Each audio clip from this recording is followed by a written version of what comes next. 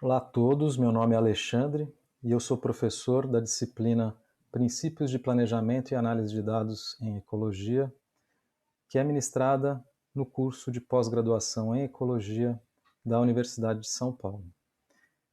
No momento, nós estamos preparando essas videoaulas para dar continuidade ao conteúdo da disciplina, já que ela foi interrompida após 2 semanas de aulas presenciais. Então, para os alunos poderem continuar a ter acesso ao conteúdo da disciplina, nós estamos preparando essas aulas. Nós, num primeiro vídeo, produzimos a primeira parte desse tema, que são os modelos lineares, e agora nós vamos dar continuidade ao tema modelos lineares dentro da disciplina. Pois bem, hoje eu pretendo falar nesse vídeo bastante sobre a partição da variação dos dados. Então esse é um conceito que é central para toda a modelagem que a gente vai fazer ao longo do curso. Esse conceito de partição da variação também contempla o coeficiente de determinação. Então o coeficiente de determinação ele está relacionado a essa partição, então é um conceito que a gente vai tratar nessa aula também. E nós vamos também fazer comparação, vamos começar a fazer as primeiras comparações com a lógica que existe dentro dessa partição da variação, comparando dois modelos utilizando esse conceito de partição de variação.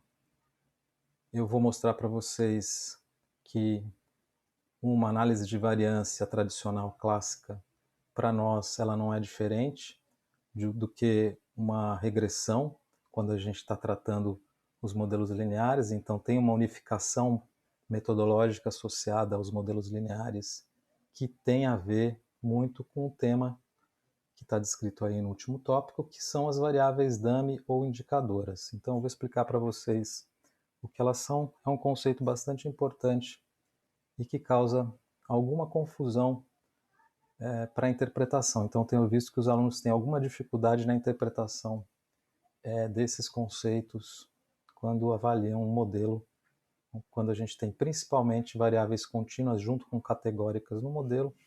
E eu vou começar a explicar um pouco para vocês como o R trata esses modelos lineares e essas variáveis categóricas quando há essa transformação das variáveis categóricas em variáveis indicadoras. Então esse basicamente o conteúdo que eu vou apresentar hoje nessa videoaula. Bom, nós vamos tomar um exemplo que é apresentado no livro do Michael Crowley, The R Book, e nesse exemplo ele apresenta esses dados que estão aqui colocados e basicamente ele é um experimento onde foi apresentada uma dieta com diferentes concentrações de taninos para lagartas. E, após um tempo, essas lagartas foram medidas para avaliar o crescimento das lagartas em função dessa concentração de taninos na sua dieta. Então, a variável preditora, aqui no caso, são essas diferentes concentrações de tanino que foram controladas no experimento, e a variável resposta é o crescimento dessas lagartas em função dessas dietas.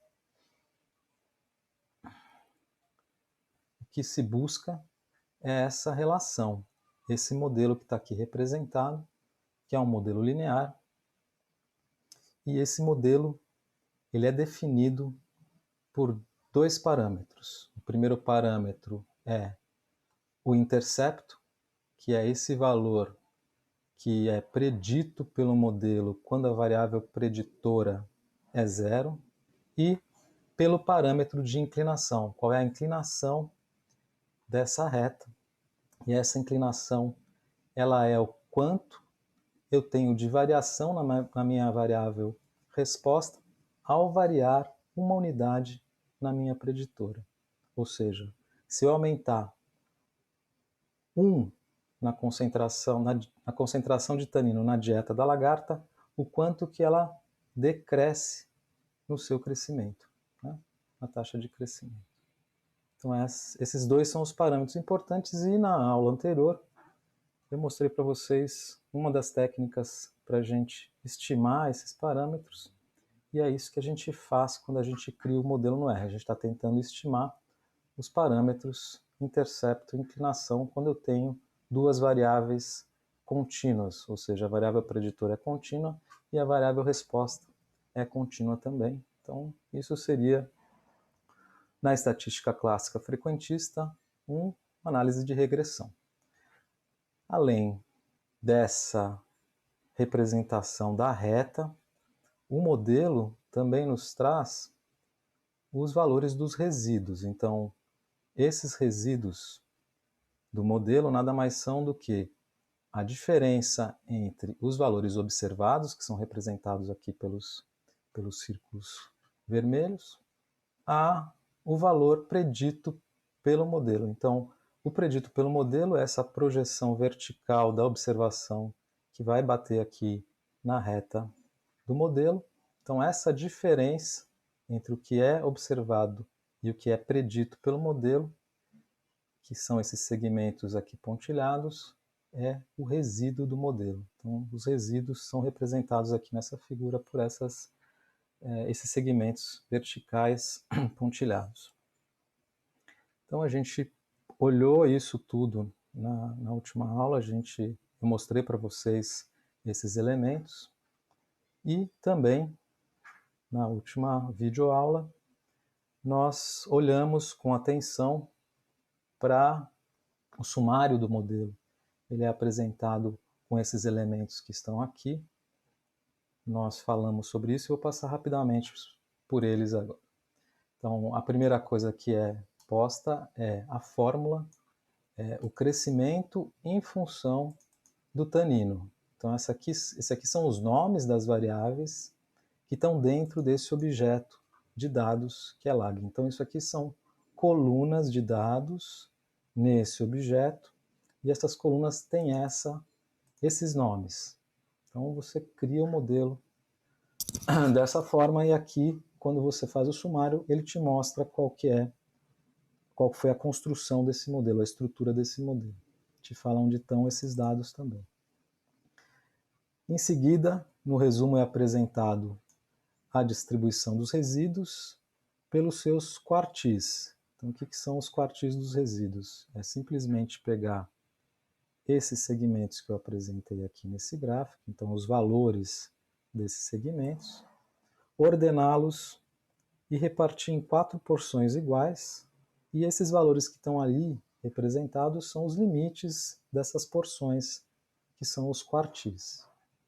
A distribuição desses resíduos é bastante importante depois para o diagnóstico do modelo, e a gente vai falar um pouquinho sobre isso, mas isso foi também alvo de aulas anteriores.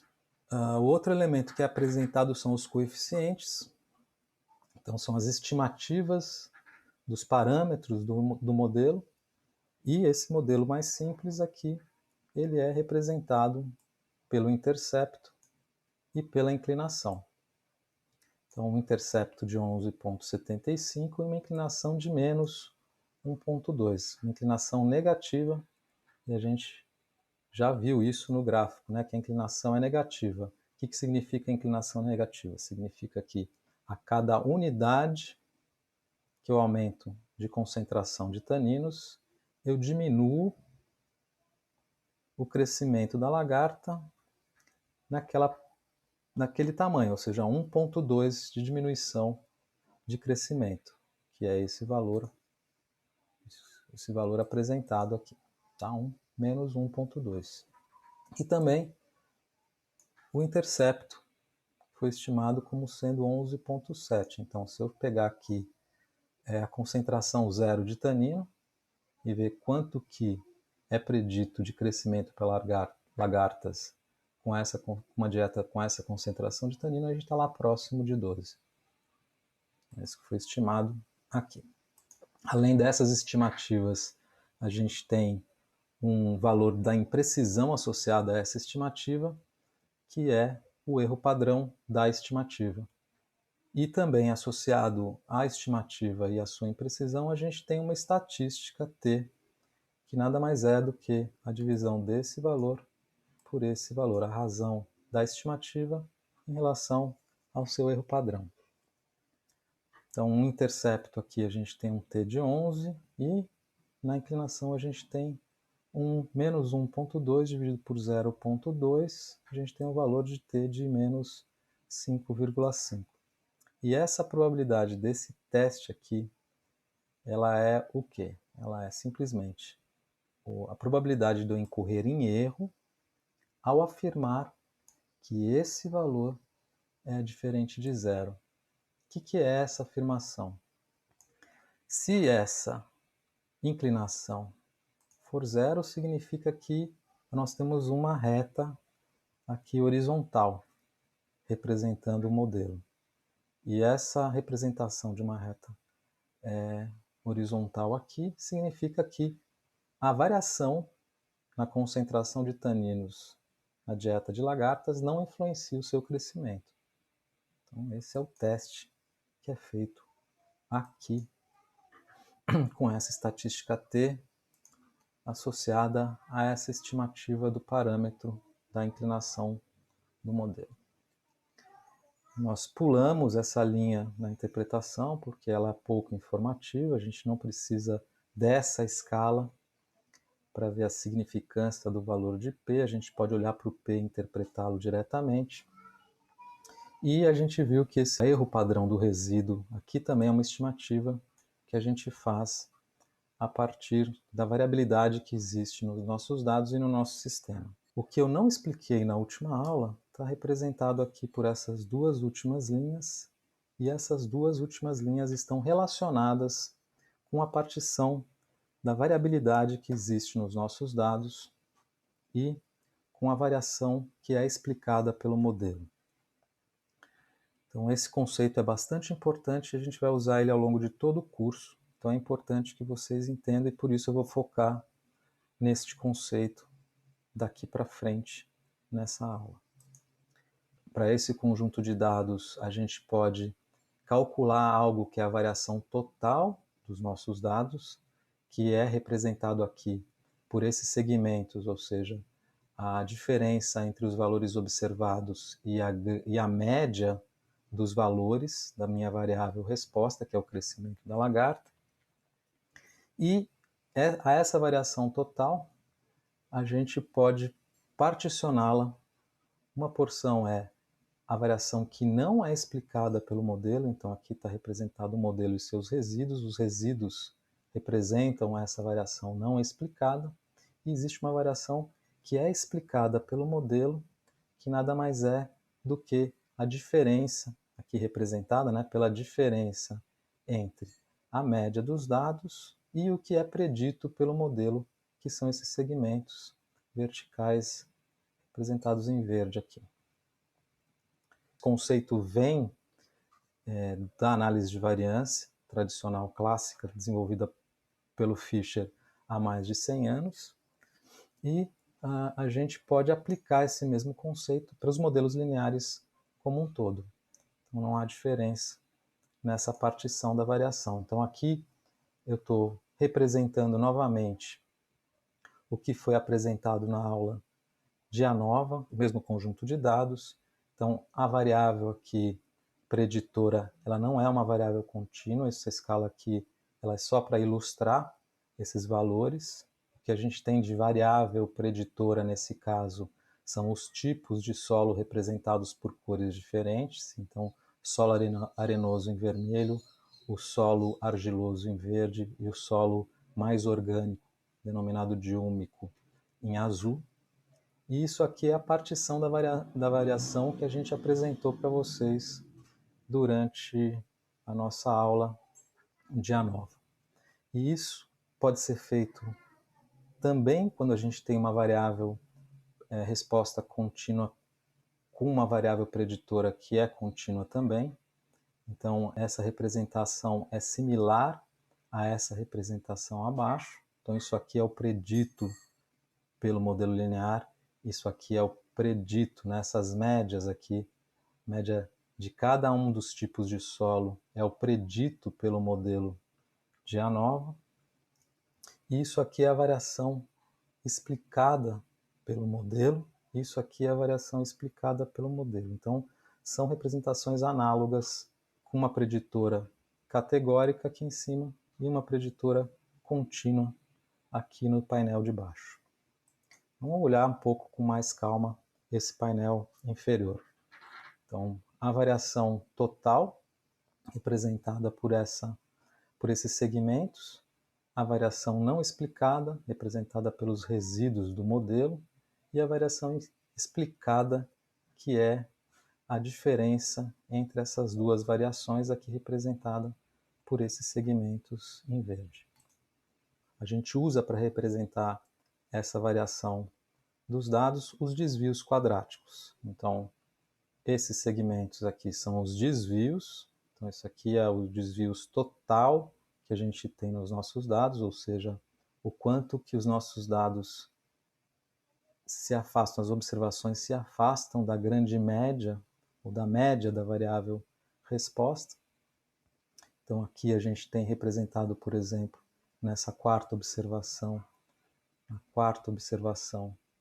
um crescimento de 11 relacionado a uma concentração de tanino de 3, crescimento de 11 e taninos a concentração em 3. E isso aqui é esse valor da média de todos os crescimentos. Então, essa diferença nos dá o tamanho desse segmento. E se a gente elevar esse valor ao quadrado, a gente tem os desvios quadráticos. Pois bem, se eu somo os desvios quadráticos de todas as observações, eu vou ter algo que é a soma quadrática, que é a representação dessa variação total dos nossos dados. Então, isso aqui é a representação das somas quadráticas total. Posso fazer isso também para os resíduos. Então, para cada observação, eu tenho a distância da observação em relação ao predito pelo modelo. Então, aqui tem, de novo, a observação número 4, onde a gente tem um valor de tanino 3 e 11 de crescimento. A essa observação eu tenho um predito pelo modelo, que é essa projeção vertical da observação até chegar no modelo, que está representado por essa reta azul. Esse segmento ele tem o tamanho de 2,89, quase 3, e eu posso elevar esse valor ao quadrado, e aí eu tenho o desvio quadrático associado a essa observação em relação ao resíduo, em relação ao modelo. Então, esses desvios quadráticos, se eu somá-los, eu tenho algo que é a variação que não é explicada pelo modelo. Então, os resíduos são aquilo que não é explicado, e a representação de quanto de variação eu tenho no meu modelo que não foi explicada é essa soma quadrática que está aqui calculada. Bom, se eu tenho a soma quadrática associada à variação total e a soma quadrática daquilo que não foi explicado, eu consigo, através dessa diferença, chegar no valor do que é a variação explicada pelo modelo. Então, essa propriedade aditiva está representada aqui. A soma quadrática total é igual à soma quadrática do modelo mais aquilo que não é explicado pelo modelo. Aqui está chamando de erro, mas isso aqui é, para nós agora, daqui para frente, a gente chama de resíduo. Tradicionalmente, os resíduos dos modelos foram chamados de erro, mas a gente prefere no nosso curso chamá-lo de resíduo. Então, se você quer saber qual que é a soma quadrática do modelo, você pode pegar a soma quadrática total e subtrair da soma quadrática dos resíduos por conta dessa propriedade aditiva dessas somas quadráticas. Então, os desvios quadráticos do modelo, ou seja, o que o modelo explica, é esse valor que está aqui. Então, a soma quadrática do modelo é 88,81. Então, com isso, com esses valores, a gente constrói uma tabela de ANOVA. Então, a gente coloca lá as somas quadráticas, está aqui a soma quadrática do modelo, dos resíduos e quanto que a gente tem de soma quadrática total, representando então essa partição da variação que existe nos nossos dados. Então isso aqui é a tabela de ANOVA completa. E o que ela nos traz? Além dessa partição da variação pelas somas quadráticas, ela nos traz também os graus de liberdade. Os graus de liberdade associado ao modelo, a variabilidade que é explicada pelo modelo, os graus de liberdade do cálculo dos resíduos e os graus de liberdade que a gente tem do cálculo da variação total. Então, como a gente calcula esses graus de liberdade? Esses graus de liberdade são calculados da seguinte forma. O modelo ele é representado por dois valores, a inclinação e o intercepto. Então, a gente tem uma representação de dois valores lá. Para calcular essa soma quadrática, se a gente volta lá para a figura, né, para calcular esses segmentos em verde, a gente precisa da reta, que é representada por esses dois valores, e precisamos calcular um parâmetro que é a média dos dados. Então a gente parte de dois valores, calcula um parâmetro e a gente pede um grau de liberdade. Então, no final, a gente tem aqui um grau de liberdade representado aqui. 7 graus de liberdade para o cálculo dos resíduos. Então, vamos lá olhar de novo o gráfico. Então, para calcular a variação não explicada, ou seja, a variação dos resíduos, somas quadráticas dos resíduos, a gente precisa de todas as observações. Então, as 9 observações que estão aqui representadas, e precisamos também do modelo. O modelo é representado pelo intercepto e pela inclinação. Então, nós temos 9 observações, calculamos dois parâmetros, intercepto e inclinação, perdemos 2 graus de liberdade no cálculo dessa variação não explicada, e é o que está representado aqui. Para calcular a variação total, as somas quadráticas total, a gente parte de todas as observações, então 9 graus de liberdade, mas a gente precisa calcular um parâmetro que é a média da nossa variável resposta. Então, 9 graus de liberdade menos 1 grau que eu perdi aqui ao calcular esse parâmetro, eu tenho 8 graus de liberdade no cálculo da variação total dos dados. Então está aqui representado por 8.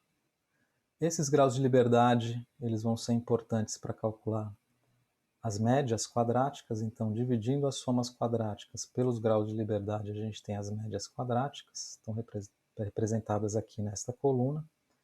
E se a gente faz a razão entre a média quadrática da variação explicada pelo modelo sobre a média quadrática do resíduo, a gente tem uma estatística que é a estatística F. Então, nesse caso, a estatística F ela foi calculada por essa razão e a gente tem algo por volta de 31 com o valor de F. Associado a essa estatística, a gente tem um valor de P que é muito baixo. E o que significa esse valor de P?